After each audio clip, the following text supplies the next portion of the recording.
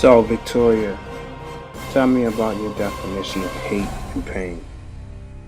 Being surrounded by such beautiful scenes and settings early in the morning when you're still stiff from working hard and sleeping, in a bed with another person. Sometimes you don't get the best sleep in the world. So, we were also talking about hate on the sense of, everybody, I don't care who you are, most people have a little bit of hate in them. People are haters because we have pain. And pain is one of those things that drives people's emotions and focus and interest and energy levels. And just getting up and forcing yourself to go and just do 2 laps around or just walk for 40 minutes, and we slowly felt ourselves loosening up and, smiling more and listening to the sounds of nature and noticing the woodpeckers and the blue jays and the crickets and stuff. It's just, I don't know.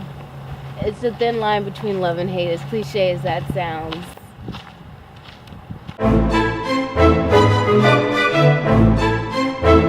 You're in this big scenery and you brought up hate. Like, this place is gorgeous. Do you want to tap into more of that? Well, I think that, yes, I'm walking on a beautiful trail in the midst of faux prosperous America, and I'm living a life of semi-comfort and mostly luxury, but I'm still aware of all the struggle and suffering that's going on, right across the bridge in Ocean City on the boardwalk. There's people with no places to sleep. And our current leadership on many levels, from executive down to the local, the leadership is lacking in morals and in just human empathy. A lot of things root back to hate for me, because you can only do certain things to your brothers and sisters without loving them. You have to have some sort of level of hate inside of you to be able to, watch someone go hungry or separate people from their families unnecessarily, or just enjoy life without taking a second to recognize that some people aren't as fortunate or as lucky or blessed, or just don't ever get the opportunity to just take a deep breath and go for a walk with no real destination.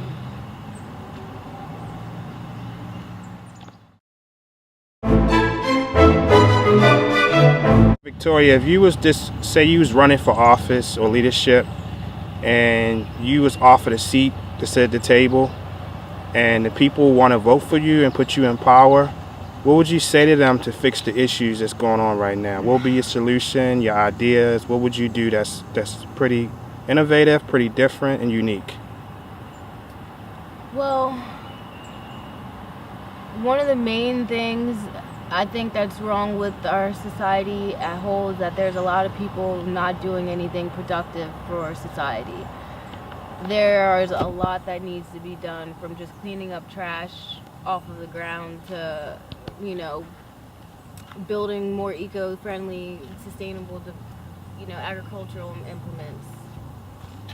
I think that one of the first things that I would do was build a team of people who want to stop what they're doing, whether it's from being a lawyer, working at McDonald's, working at a chicken plant, fishing all day.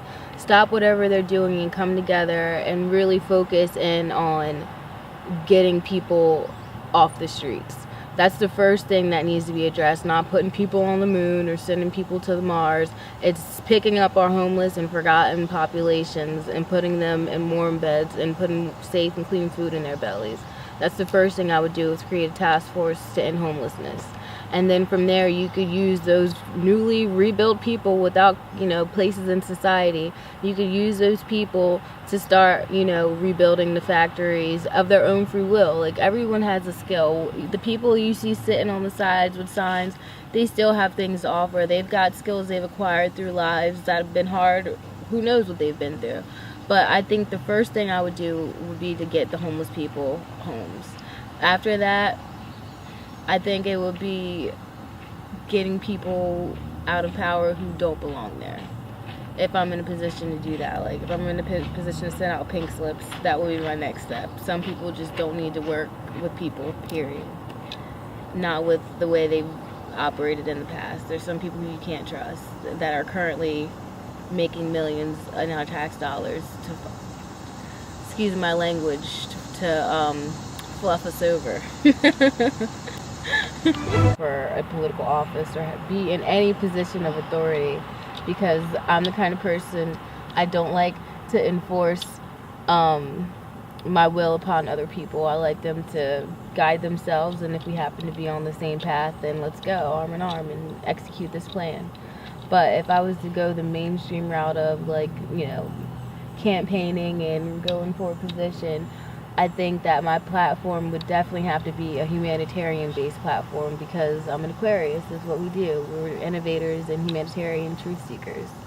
I'd like to seek the truth, spread the truth, be the truth, and, you know, help people. Like, it doesn't really, I mean, foreign policy is very important, and I'm not one to claim to have any kind of experience in those realms of politics. But I know people, and I feel like it really does start with people.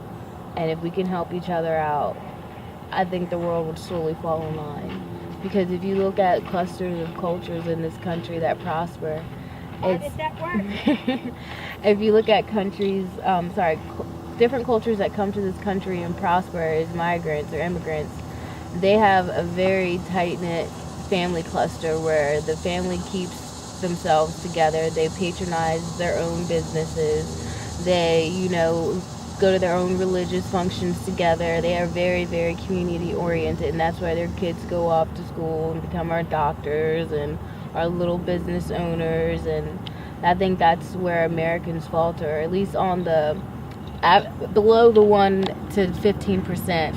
I think that's where we're struggling, is that we don't support each other the way that some people do. And if we were to support each other on a local scale first, I think it would bubble into a better economy overall, because if you go and shop and buy only locally, your local economy gives back to itself. I don't know. I'm not an economics major. I actually failed economics in community college because I just couldn't show up to class. But I loved the teacher.